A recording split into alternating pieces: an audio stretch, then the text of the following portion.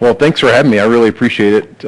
It's always fun for me to come back to Rochester for a lot of reasons. I get to see my parents, my dad and my stepmom are here, and I get to, sometimes hang out at their house, take a nap on the couch, like the good old days, and have a little bit of fun. But I think I just have extremely fond memories of growing up in Rochester, from going to Gage Elementary School to John Adams, and then finishing up at John Marshall. And I've kind of heard one kind of joke about the John Marshall and the lady here that's in the colors of John Marshall. And I was actually had it later in my comments, and I was thinking Sean Podine is a really good friend of mine, and sometimes we get together and have a beer or talk about our kids or lunch or something like that. And one of the funnest things we still talk about, and it's like our deal on Facebook, he played in the NHL and won the Stanley Cup and those types of things, and he's still like most proud and most excited about John Marshall. So he's like, go JM,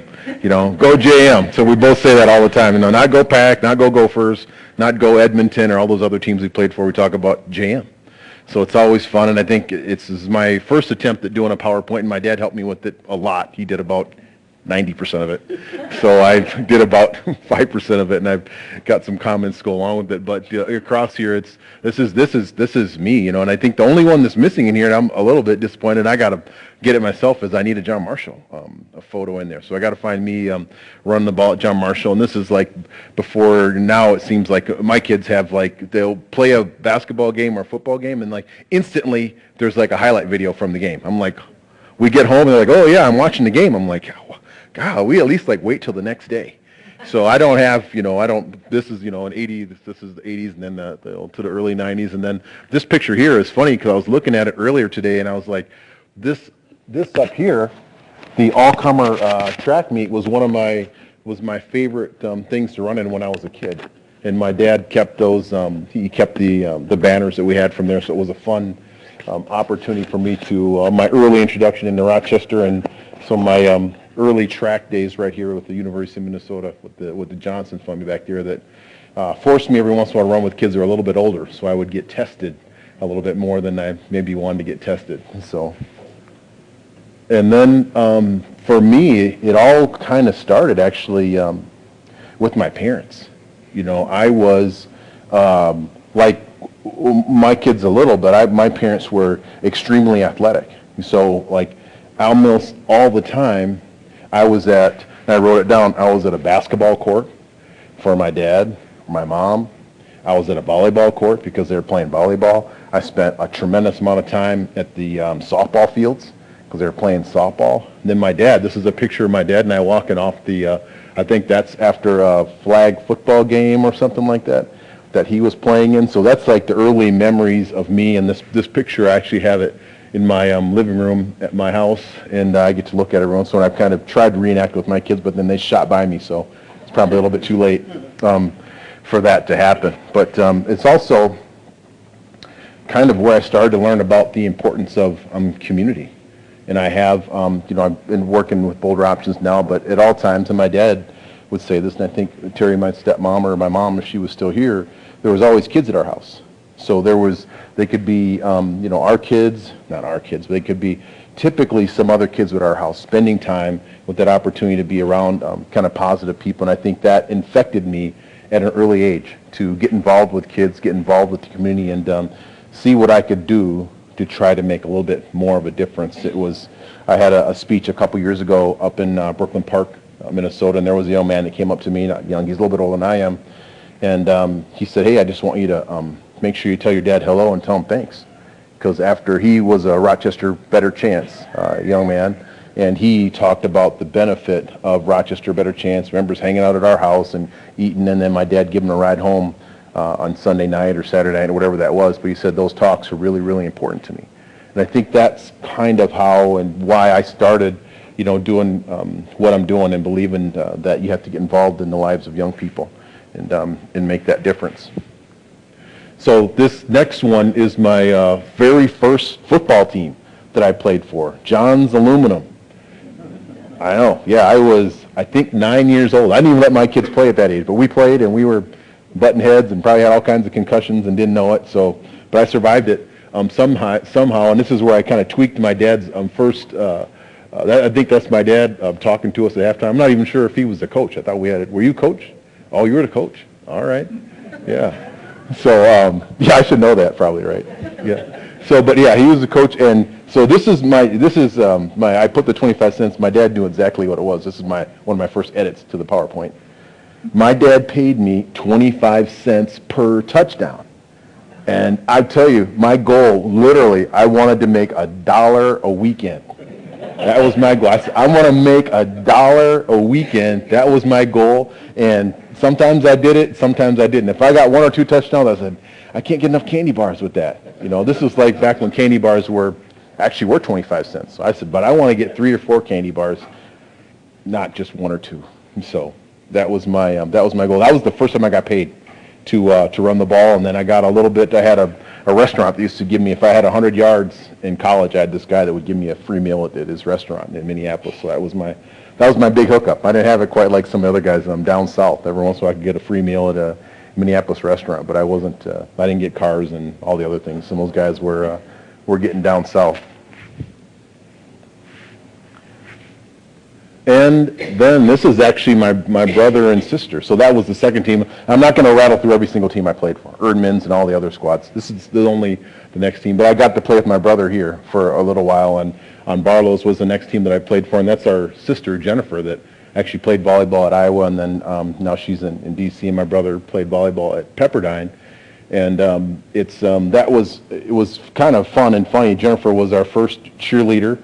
And she's probably embarrassed that she was a cheerleader. She was, super athletic, and conned her into cheerleading a little bit. But that was the beginning of us kind of being together and having some fun and having the family affair for us to be able to be around and in sports together. This next picture is with actually Chris Trotter. We were state champions in the 4x1, and it was kind of, I think about my time here in Rochester and the friendships that I was able to have and to create. And I was just telling my dad that Chris, he's the guy obviously on the right in that picture. His son is actually went to state in track this year, and I bumped into Chris's wife because his daughter trains at one of the same facilities my kids do, and she said that their son's goal was to beat his dad's records in high school. So he beat his dad's record by about a second in high school, and then Chris's son is going to go run track for the University of Minnesota. So I saw that just a couple weeks ago. So it's kind of exciting. So you'll see a Trotter running track at the University of Minnesota. So it's my memories of John Marshall are extremely, extremely fond, just like my time here actually. This next piece, and I think there's a video in here, but I don't know how to make it play, so I'll just have to talk about it. Just punch the button. I'm just going to talk. So this next piece, there's a little video in here. It's supposed to be a run, but this is the piece where we talk about my 4 years. I want to talk about my 4 years at the University of Minnesota, and even actually why I chose the University of Minnesota.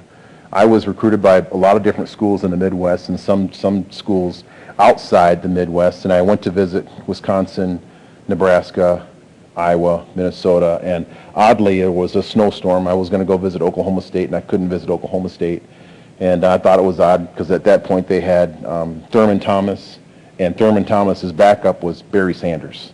So I might not have got very much time at all if I'd gone there. So, and then I had a call. The football coach said, "Hey, do you want to go visit UCLA on your last visit?"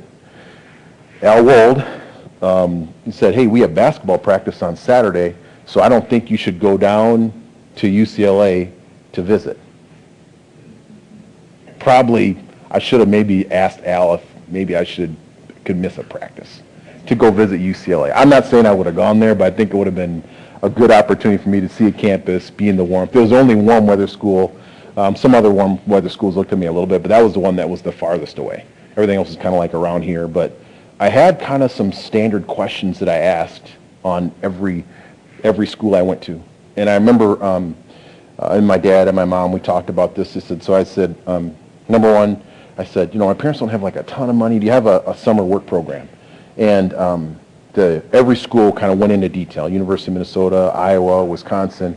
And the school I really, really wanted to go to was the University of Nebraska. I said, you know what, I'm a tailback. They wear the same colors. And at that point, it's odd, but colors matter. So they wore the same colors pretty much that I was at John Marshall, red and white, not red and black. But I was like, I'm super duper excited. And this is total running back talk, but they let the running back line up extra deep, so I was excited about that. I wanted to line up even deeper in the backfield and sprint downhill at the line of scrimmage. And that was where I wanted to go. I went there on a visit. I asked them the same questions. I said, hey, you guys have a summer job program? They said, yeah, we got that. That's all they said. It's like, everywhere else I went and elaborated on. They went on and on with summer jobs, got the kids, careers, internships. We're going to find you a job one day. We're going to get you working, blah, blah, blah. They went on and on and on. Everywhere I went, they said, we got that. That was it. I said, okay. Here's my other question.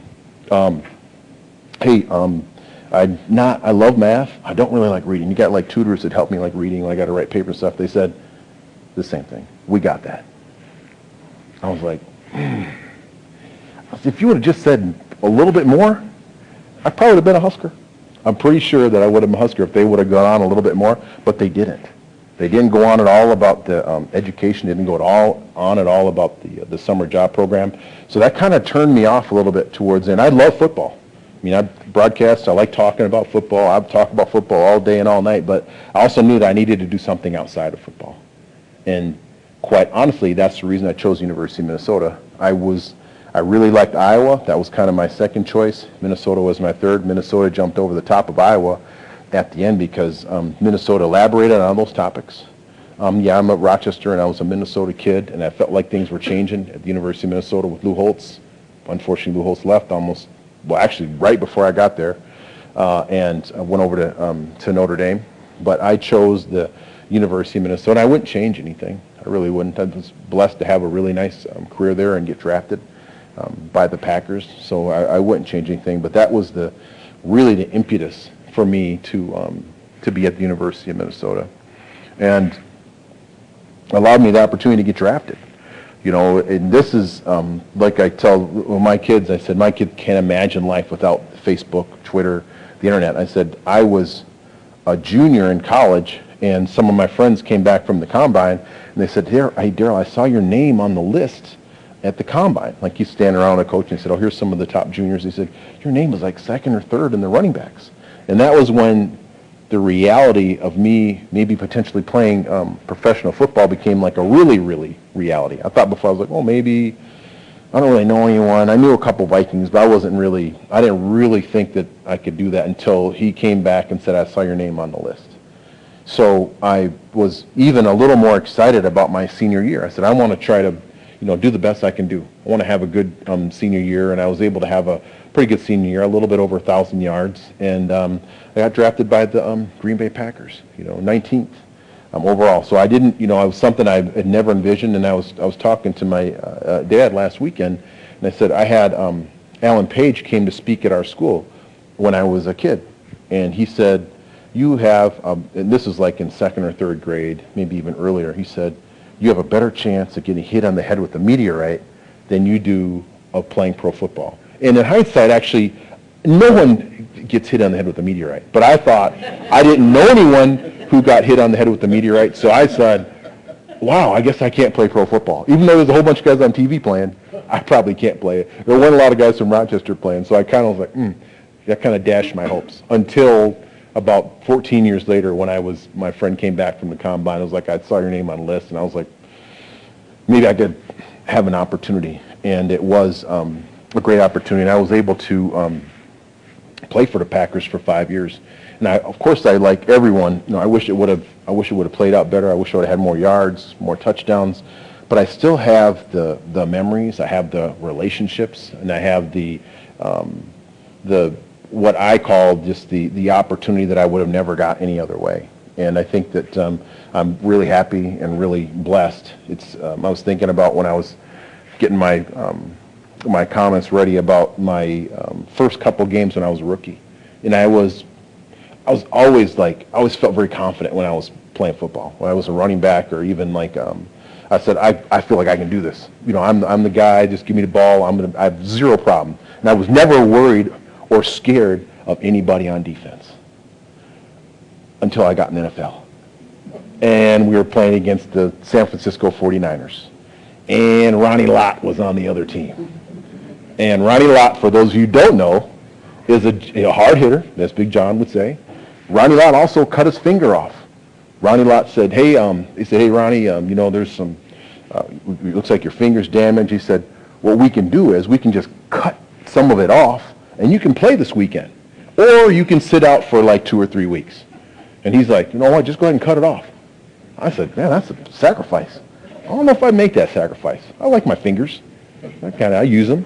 You know, I think it was his pinky. It probably wasn't the end of the world, and that maybe it was only 1/8 of an inch or something. I might have said, I might just shut her down for a little bit. So I was concerned when we played against the 49ers and a little bit scared and nervous. So kind of my aha moment. And so I come out of the huddle against the 49ers, and I wasn't the only one. My best friend on the team at that point, Vince Workman from Ohio State, was like, man, Ronnie Lott's on the other team. I wasn't very worried. I mean, and running backs, the people were really worried. They're not really worried about linemen. They fall on you. They knock the wind out of you. It's the full high-speed hits of the safeties. That's the person that I'm not. Linebackers, yeah, they'll get you. They'll bring you down. They're like more of a nuisance. They might get maybe twisted up.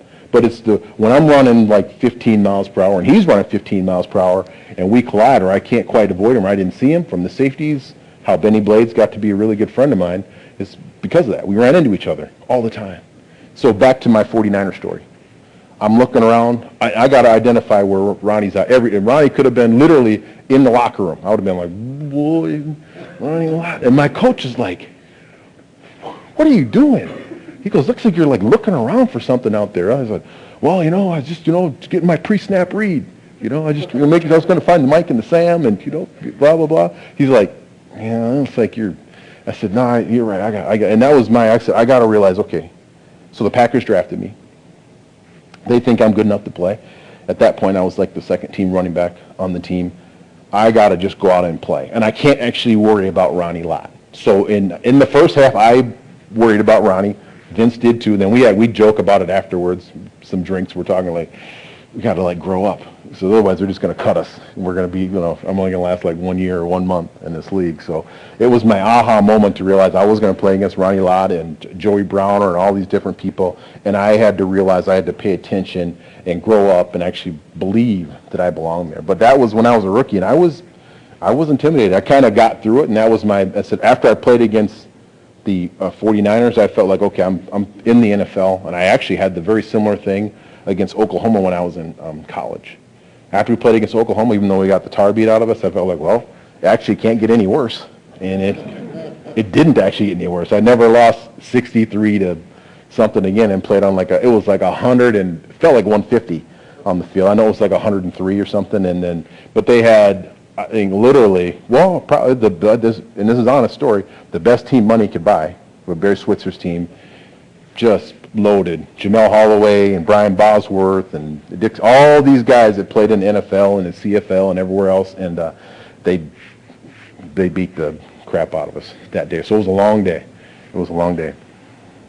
Just kind of, this is it. Holy smokes. To Euphoria when Darrell Thompson embarked on the longest run in Big Ten history.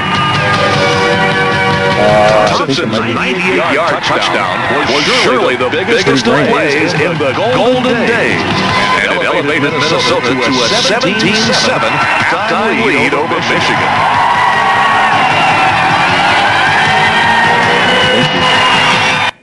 So the hardest thing about that game was we lost. We won the year before in Michigan. And we're going ahead and we have that big run and we're like excited, we're going to win and we're at home and we're going to like show our fans we can beat Michigan home because we don't beat Michigan that often. Even this year we scored and they took the touchdown away. I'm still mad about that. So much.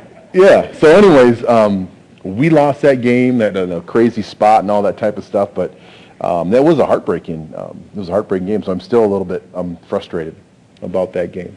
So this kind of leads me, I've gone through Senate High School, college, and then this is a little bit of what I do now, and it's kind of about the mentoring piece. And that was one of my first radio mentors, Ray Christensen.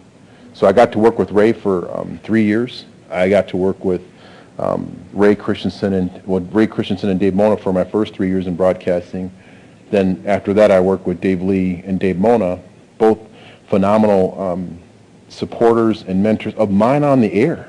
I think I was pretty bad when I first got on the air. I didn't really know what I was doing. I'd never been in the radio booth before. I was kind of a little scared in there, a little bit uncomfortable. And Dave Mona and Ray Christensen, quite honestly, didn't ask me to do very much. And I'm pretty observant. So I'd watch them, I'd watch other radio guys, and then I kind of figure out how to get my notes together and like what I wanted to talk about. And my dad can attest to this, and maybe might have been a strength, might have been a weakness. Whenever I watched sports growing up, I didn't have the sound on. So I'd either have music on or I'd have nothing on at all. So I like to watch the game and not actually hear the broadcaster because I didn't really like what they were saying. So I was a little bit naive and wasn't sure exactly how I wanted to communicate, but lucky in the beginning that Ray didn't just throw it to me. I've seen friends and other athletes, they get on and then they throw them on like, here's, Darrell, he just got done, he's the greatest running back in history, and they're going to make him a sideline reporter or a broadcaster, and then they throw him like into the ultimate game. So you're right on NFL, and I've seen guys fail and struggle because they got thrown in the deep end right away. And I was lucky I didn't get thrown in the deep end. Ray was like, hey, I'm just going to come to you, you ready? And then he'd go to me. And then little by little I learned, so one season a little bit more, a little bit more, a little bit more, and now I feel very comfortable. And Dave Lee was similar. He would help me and kind of bring me along. And one thing, it was funny, I told him after the year, we were sitting down at our house, we were having dinner, and I said, this is like a radio term, he said, I want you to bring it out of the break. Meaning, I want you to say, hey, we're back at, the Metrodome, the score is 28-24, and the Gophers are on the move. And I was literally, when he said that, he said, I want you to take it out of the break. I was terrified. Because Ray never asked me to do that. Dave said, hey, why don't you bring it out of the break? I was like, okay. I didn't let him know I was nervous, but I was super duper nervous. But it really actually, like I told him, I said, it helped me because I'd never done it before. So I got a little bit more confident, a little bit more stronger in feeling what I do. And now I feel that I'm actually like excited about the broadcast. I'm excited about the game. I'm excited to prepare for it when we're winning. And not always. Sometimes when we're struggling, it's not quite as much fun. But that was the kind of the beginning of me learning about mentoring. Even one of my own mentors there, Mr. Christensen, and I was asked, he's still around and doing, I think, pretty decent. He's up there in that we're talking about the Sid Hartman category. I think Sid turns 96 today or tomorrow. Yeah, I mean that's a long time. And I see Sid I don't see him but during the football season, Sid is at every single press conference, every single week. He sits in the front row. He can't hear that great, so he sits there and he'll ask a question and talk over people, but he's Sid, so everyone just kind of deals with it. It's just that's what you get when you got Sid. So he's special, but but Ray is in that same category. Totally cool, professional, and I was really excited. This is my last race story, and I'll switch to the next slide. I was at my second year. I learned I gotta get Ray is getting up there. I gotta get some information out of him. So I said, Ray, anytime you have some advice for me, just let me know.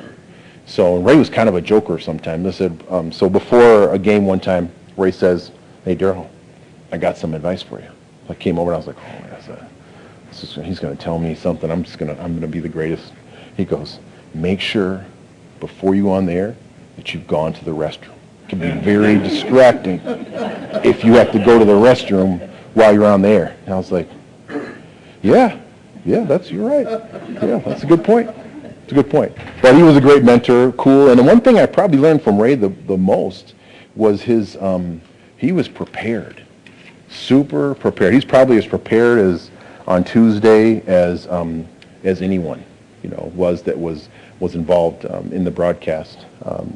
Kind of leads me to where I'm at today. I run a youth program called Boulder Options, and we're a health and wellness-based mentoring program, and our goal is to introduce kids to a healthy lifestyle.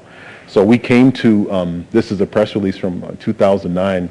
We got an earmark with the help of Jim Ramstad, Paul Wellstone, Representative Tim Waltz, and Norm Coleman. And the earmark actually helped Boulder Options come to Rochester. Boulder Options have been supported by Rochester and friends of mine for years and years and years, and this allowed it to come to Rochester. Unfortunately, we're not getting $100,000 a year anymore from the federal government.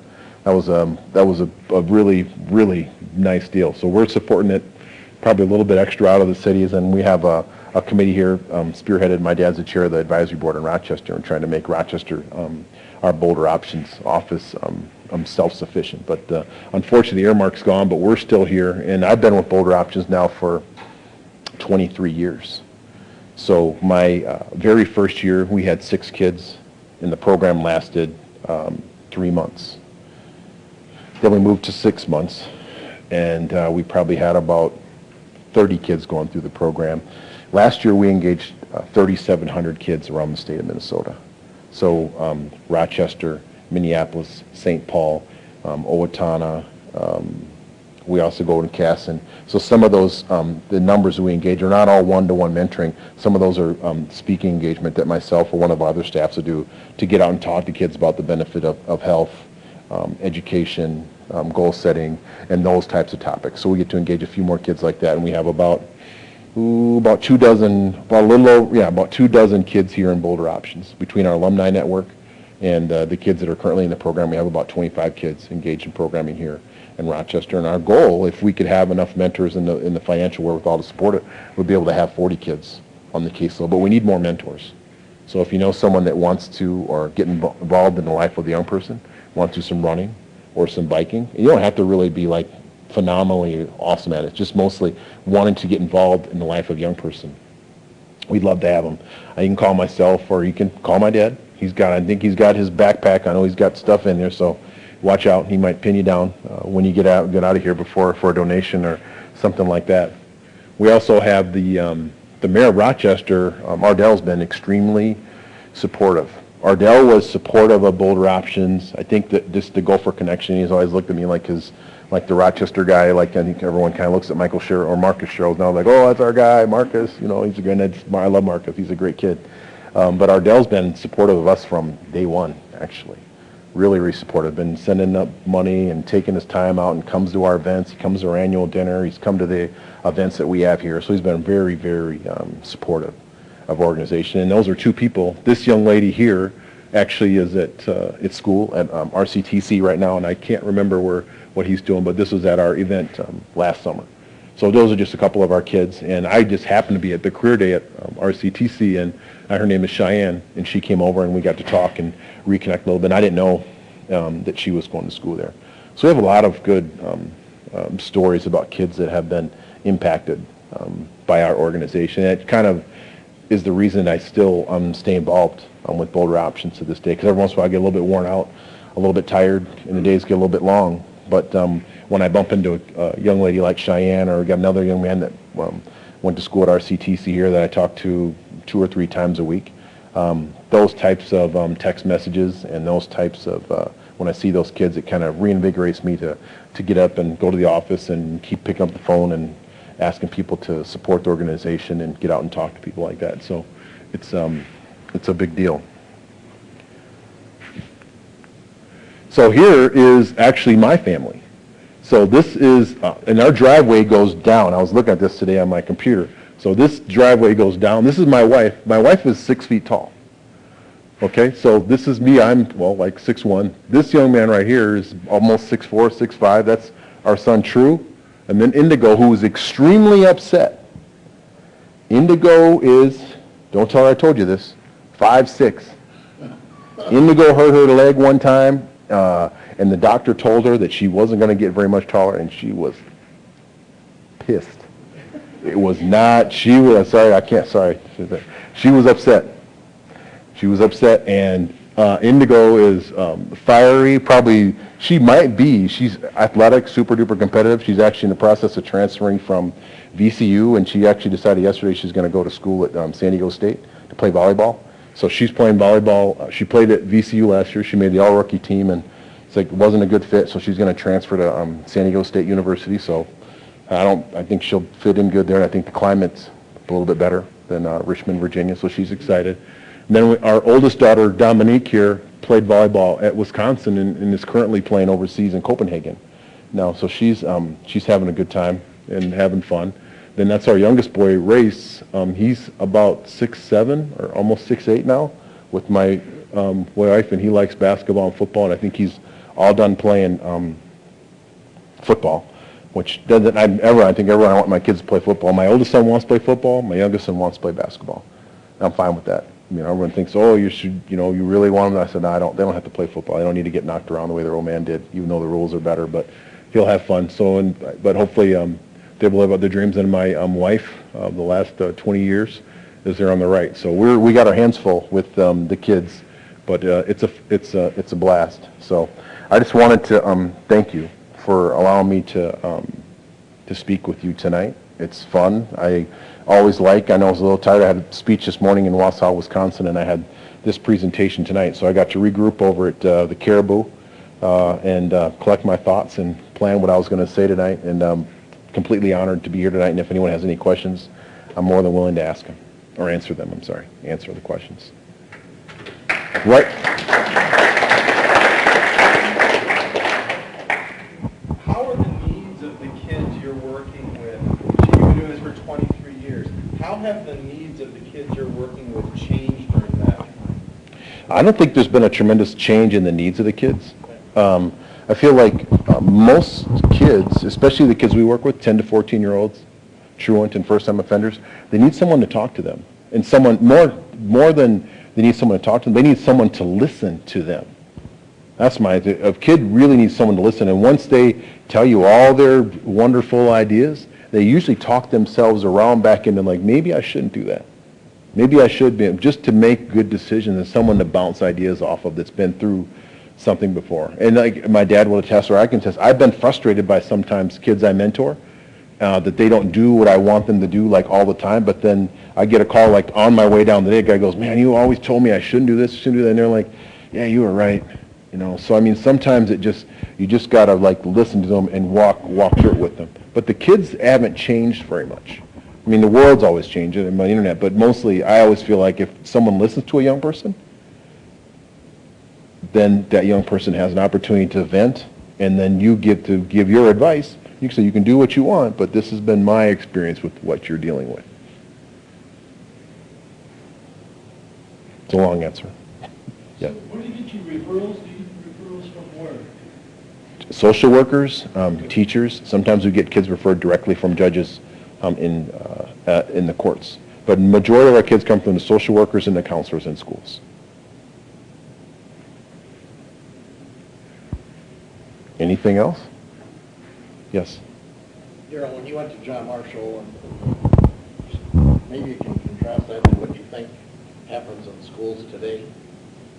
You know, what was your life at John Marshall when you were there versus what do you hear happens in schools today? You know, I Especially with think minorities. I think things are a lot more diverse. You know, now when I was at John Marshall, there was only a handful of kids that looked like me that were in John Marshall. And I've gone back to speak at John Marshall, and I was like, wow, I mean, there's Asian kids and Hmong kids. I went back to Gage, and I was completely blown away. I mean, they had the flags up. They said there's 200 different. I said, 200? There was barely 200 people in the school when I was there. So there's tremendous more diversity. There's still, we got issues and stuff that we're working on. Things are better, and they need to get better than they was. And I mean, kids just called me names when I was going home. I was like, oh, no. But you get through that, and I feel, and what I've seen like with my own kids, is that there's less and less of that negative type, like racism and that type of thing with the kids that I've seen, and this is only my kids, 24 to 15, 16, and I think it's a lot difficult. As you can see with my kids, it's a little harder to tell when you have a biracial kid what's there. So I mean, I think that also has changed the way people are looked at a little bit. But I think the issues inside schools, they're still the same. I was on a board, Jim Ramsey asked me to sit on that studied high school alcoholism and binge drinking. It hasn't changed in like 50 years. So it's still going to go, hey, we got some, what was that thing we used to drink? Boone's Farm or whatever it was, but we would get that and we drank it, and that was the weekend, you know. And it's unfortunate, but kids still unfortunately binge drink, you know. And that's just high school, college. It's a problem that they haven't really figured out a way. And my pushback to the panel was, I said, you got to figure out a way to make it so it's not cool, it's not acceptable, and try to find other things for those kids to do. But it's still kind of cool to drink, and it's probably still cool for adults too. So I mean, that's just kind of part of kids want to be like adults. They want to grow up.